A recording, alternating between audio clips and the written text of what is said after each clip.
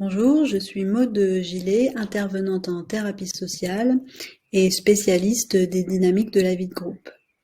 Je vous propose ici une suite de 4 petites vidéos qui vont vous permettre, je l'espère, de mieux comprendre les mécanismes de la vie de groupe, ce qui fait frein et ce qui rend les échanges entre les uns et les autres difficiles, la coopération qui peut être freinée. Acte 2. Atteindre les objectifs en développant la coopération entre toutes les équipes.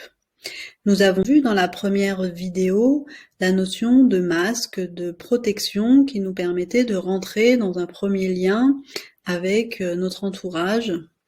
On peut remarquer que ce masque nous empêche de nous montrer tel que l'on est, nous empêche de montrer ce qui nous anime réellement. Il est ce qu'on peut constituer un premier frein à l'échange et à la communication, puisqu'on ne se montre pas tel que l'on est. D'autres freins existent à la cohésion de groupe, qui sont les notions de clan, de bouc émissaire, les préjugés ou encore l'approche de la victimisation. Je vous propose quelques exemples plus concrets. On s'entend très bien avec mes 2 collègues, on réfléchit pareil. On aime les mêmes choses, heureusement parce qu'avec les autres c'est trop compliqué. Tu as vu la nouvelle, elle ne comprend rien. Elle n'a jamais rien à faire avec nous. On est plusieurs à le penser. Les jeunes qui arrivent ont tellement d'exigences et ils sont beaucoup plus individualistes. Impossible de faire équipe avec eux. Je vous propose ici donc 3 exemples qui mettent en lumière des phrases que l'on aurait pu dire tous ou qu'on a pu entendre. La première met en avant la notion de clan. On va se regrouper entre soi avec des personnes vers qui le lien est plus facile, plus intuitif. Le deuxième exemple présente une personne que l'on met à l'écart, un bouc émissaire. On va se créer une forme d'ennemi commun qui va nous permettre de créer une identité de groupe forte. Et le troisième exemple met en avant les préjugés qui sont là mis en place vis-à-vis des plus jeunes arrivés dans l'équipe. Qu'est-ce qui se passe? Tous ces phénomènes vont créer de la violence, ils vont créer des cassures et des séparations entre les groupes ou entre les individus. Chacun a une part de responsabilité dans ces phénomènes-là.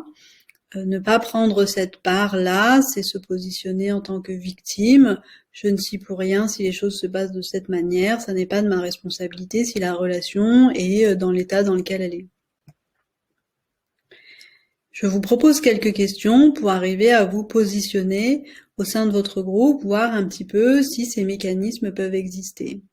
Une première question, c'est que si ces mécanismes sont en place, c'est évidemment parce que il y a peut-être un manque de confiance, comme on l'a vu avec le masque, des difficultés à oser dire et à exprimer les choses. C'est peut-être pas toutes les personnes qui nous font qui nous activent cette protection-là.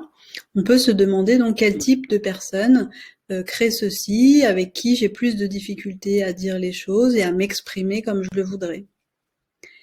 Une deuxième question pourrait être, est-ce qu'il y a des clans au sein du groupe que vous animez ou de l'entreprise que vous dirigez? Est-ce que vous en faites partie? Est-ce que vous en êtes exclu? Qu'est-ce que ça crée dans la coopération et dans le fonctionnement du collectif? Je vous donne rendez-vous à l'acte 3.